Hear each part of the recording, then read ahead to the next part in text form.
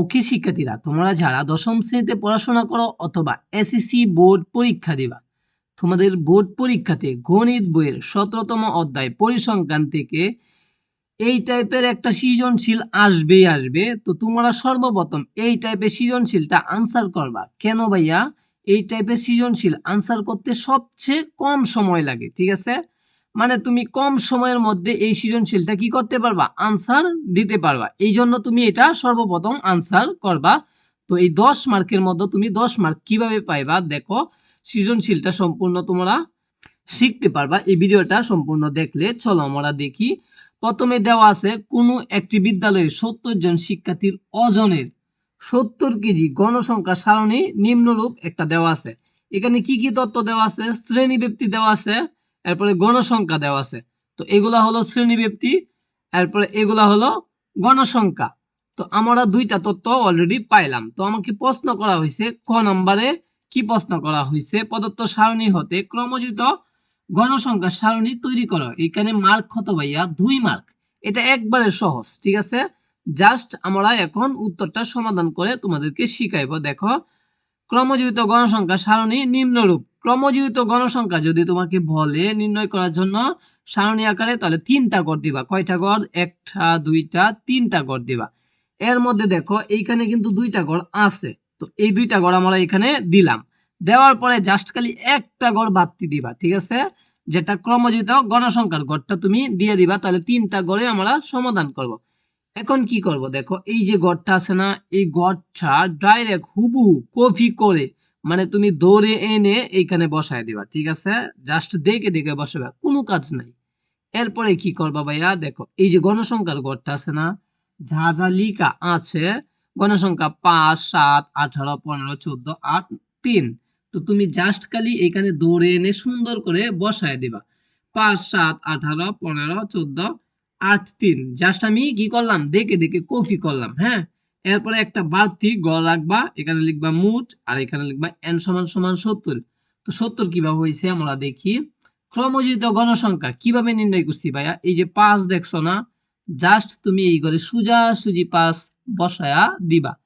তো 5 যখন আমরা বসায় দিলাম, 5 এর সাথে এই ঘরটা তো শেষ, এখন পরের ঘরটা যোগ করব। এই 5 এর সাথে পরের ঘরটা যোগ করলে কত আসে? 5 আর 7 যোগ করলে আসে 12। জাস্ট এটা সোজাসুজি তুমি এখানে বসায় দিবা। এখন দেখো 12 এর সাথে কোনটা যোগ করবা? পরের ঘরের 18 যোগ করে দিবা। তো 18 যোগ করলে কত আসে ভাইয়া? 30 আসে। তো একবারে সহজ দেখতেছো। এরপরে 30 এর সাথে 15 যোগ করবা, হ্যাঁ 45 আসে। 45 এর সাথে 14 যোগ করবা, 59 আসে। 59 এর সাথে 8 যোগ করবা, আসে কত? 67। এই 67 এর সাথে 3 যোগ করে এখানে বসায় দিবা, দেখবা 70 আসে। তো এইখানে কিভাবে 70 হইলো? দেখো 70 কিন্তু এখানে তোমাকে উল্লেখ করে দিছে কতজন শিক্ষার্থী? 70 জন শিক্ষার্থী। তার মানে সর্বশেষ আমরা ক্রমজিত সংখ্যা কত পাইছি? 70 জন, ঠিক আছে? তো এই যে গণসংখ্যাগুলো আছে না, সবগুলা যোগ করলে কত আসবে ভাইয়া? 70 আসবে, ঠিক আছে? তা আমাদের 2 মার্ক অলরেডি কনফার্ম পেয়ে গেলাম পরীক্ষাতে। এরপরে আর কোনো কাজ নাই, ঠিক আছে? ক নাম্বারটা শেষ। এরপরে দেখো খ নাম্বারটা, ঘনসংখ্যা নিবেশন সারণী হতে প্রচুরক নির্ণয় করো। ভাইয়া প্রচুরক নির্ণয় করতে কোনো সারণী লাগে না, জাস্ট শ্রেণীবৃত্তির গণসংখ্যা থাকলেই তুমি নির্ণয় করতে পারবা, ঠিক আছে? তো দেখো আমরা প্রচুরক নির্ণয় করা শিখব। তো খ নাম্বার, উদ্দীপকের সারণী হতে। উদ্দীপকের সারণী দেখো, এই যে সারণীটা আছে না, শ্রেণীবৃত্তি এবং গণসংখ্যা, এই যে এইগুলো আছে না, এইগুলা দিয়ে আমরা জাস্ট এখন নির্ণয় করা শিখে ফেলবো। দেখো এখানে গণসংখ্যা সর্বাধিক 18 আছে। দেখো এখানে সর্বাধিক মানে কি? বেশি বার, হ্যাঁ। গণসংখ্যা সবচেয়ে বেশি কত আছে? 18 আছে। দেখো এই 18 সবচেয়ে বেশি। প্রচুরক নির্ণয় করতেছি যেহেতু, তার মানে প্রচুর প্রচুর বার গণসংখ্যা কোনটা আছে? সবচেয়ে বড় গণসংখ্যা আছে 18। তো এই গড়টারেই আমরা প্রচুরক শ্রেণী গড় ধরবো। এরপরে দেখো এটা সোজাসুজি গড়টা হলো এটা 48 থেকে 51, এটা হলো প্রচুরক শ্রেণীর, হ্যাঁ, গড়, ঠিক আছে? তো দেখো এখানে গণসংখ্যা সর্বাধিক আছে 18, 48 থেকে 51 শ্রেণীতে। তো প্রচুরক শ্রেণী কত হলো? প্রচুরক শ্রেণী হলো 48 থেকে 51, এই যে এটা হলো প্রচুরক শ্রেণী। এরপরে দেখো আমরা সূত্র লিখবো। প্রচুরকের সূত্রটা জাস্ট তুমি কি করবা? মুখস্থ করে ফেলবা। প্রচুরক সমান সমান L plus F1 divided by F1 plus F2 into H। এখানে সূত্রটা মনে রাখার জন্য তোমাকে কি করতে হবে, উপরে F1 নিচেও F1 যোগ দিয়ে খালি F2 দিয়ে দিবা, এটাই হলো সূত্র, ঠিক আছে। আর এদিক দিয়ে L হবে, এদিক দিয়ে H হবে, ঠিক আছে। তো দেখো আমরা কিভাবে মানগুলা বের করব। L সমান সমান কত, প্রচুরক শ্রেণী কোনটা ধরছিলাম আমরা, এই যে এটা ধরছিলাম। তো এই প্রচুরক শ্রেণীর নিম্ন সীমাই হলো L, তার মানে 48 হলো L। দেখছো 48, এই যে এখানে L। F1 কত, F1 এবং F2 কিভাবে নির্ণয় করতে হয় ভাইয়া, দেখো আমরা যেহেতু প্রচুরক শ্রেণী ধরছি, হ্যাঁ প্রচুরক ধরছি কোনটাকে, 18 কে। তো 18 যেহেতু প্রচুরক, তো এটার সাথে 7 মাইনাস করব। মাইনাস মানে কি ভাইয়া, বিয়োগ করব, যত আসে অতই হলো F1 এর মান। এরপরে এই 18 সাথে 15 কি করব, বিয়োগ করব, হ্যাঁ। তাহলে আমরা কি পাইবো ভাইয়া, F2 এর মান পাইবো। তো F2 এবং F1 এর মান অলরেডি আমরা বুঝতে পারলাম। তো 18 তে 7 কত থাকে, 11 থাকে, এবং 18 থেকে 15 মাইনাস করলে কত থাকে, 3 থাকে। দেখো এই F1 এর মান কত আসছে, 11, F2 এর মান আসছে 3।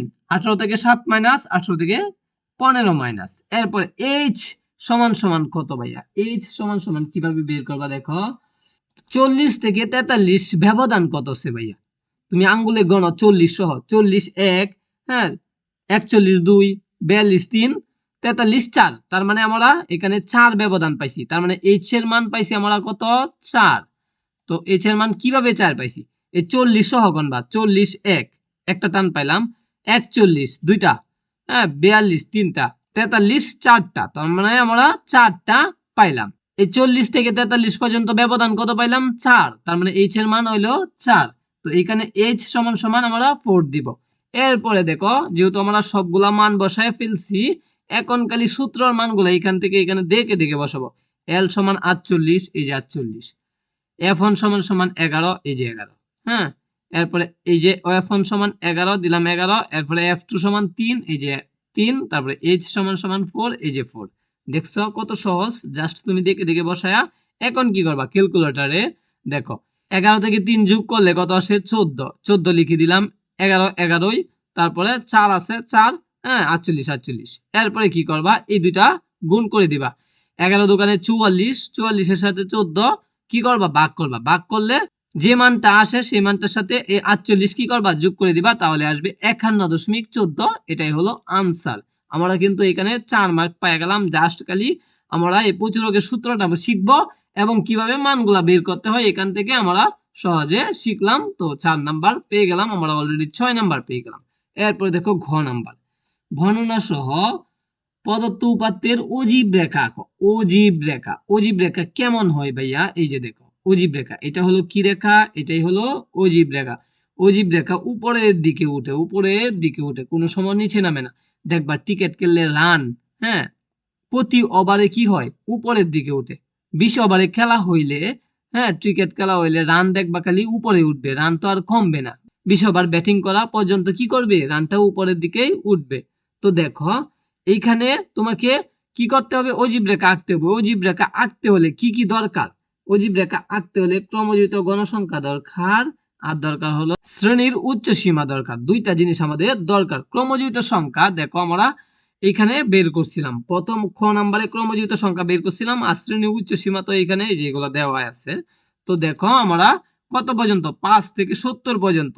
তো আমরা এদিক দিয়ে যেহেতু ক্রমযুক্ত সংখ্যা নিচ্ছি, তো এইখানে লিখবো 0, এরপরে এখানে x দিব, তারপরে এখানে y দিব, হ্যাঁ এখানে y দিব, দেওয়ার পরে এখানে ক্রমযুক্ত সংখ্যা নিব, তাহলে 5 থেকে। তো 5 মানে 0 থেকে নিলাম আমরা, 0 থেকে একবারে কত পর্যন্ত উঠবে, 70 পর্যন্ত উঠবে। তো 70 পর্যন্ত দিলেও হবে, অথবা তুমি একটা করে উপরে রাখবা 80 পর্যন্ত। এরপরে দেখো তো এখানে শ্রেণী ব্যবধানের উচ্চ সীমা, তো শ্রেণী ব্যবধানের উচ্চ সীমা 39 থেকে কত, 67 পর্যন্ত। এই যে দেখো এখানে দেওয়া আছে, এই যে 67 পর্যন্ত না, এই জন্য এখানে 67 পর্যন্ত নিলাম। এরপরে দেখো আমাদেরকে কিভাবে অজীব রেখা আঁকতে হবে। তো দেখো এখানে প্রথম গড় উঠছে কত পর্যন্ত, এই যে এখানে দেখো 5 পর্যন্ত উঠছে, এই যে 5, এরপর একটা 12, এরপর একটা 30, তার মানে আমরা দেখি প্রথম উঠাইবো কত পর্যন্ত, এই যে 5 পর্যন্ত উঠছে, হ্যাঁ এরপর একটা উঠবো 12 পর্যন্ত, 10 পর্যন্ত হয়েছে এই গড়, এক গড় উপরে উঠলে 12 পর্যন্ত, প্রত্যেকটা গড় 2 করে ধরছে। এরপর একটা 30, এই যে দেখো 30 পর্যন্ত উঠছে, হ্যাঁ এরপর একটা এখান থেকে 30 পর্যন্ত এভাবে উঠাইবা, সুন্দর করে উঠেল দিয়া সুন্দর করে রেখে দিবা। এরপরে না ভাইয়া কত, এরপরে হলো 45 59, হ্যাঁ 45 59। তো এই 30 থেকে 45 পর্যন্ত উঠাইবা, এরপরে এখান থেকে 59 পর্যন্ত উঠাইবা, এরপরে এখান থেকে 67 পর্যন্ত উঠাইবা, 67 থেকে এখানে 70 পর্যন্ত সোজাসুজি উঠাই দিবা।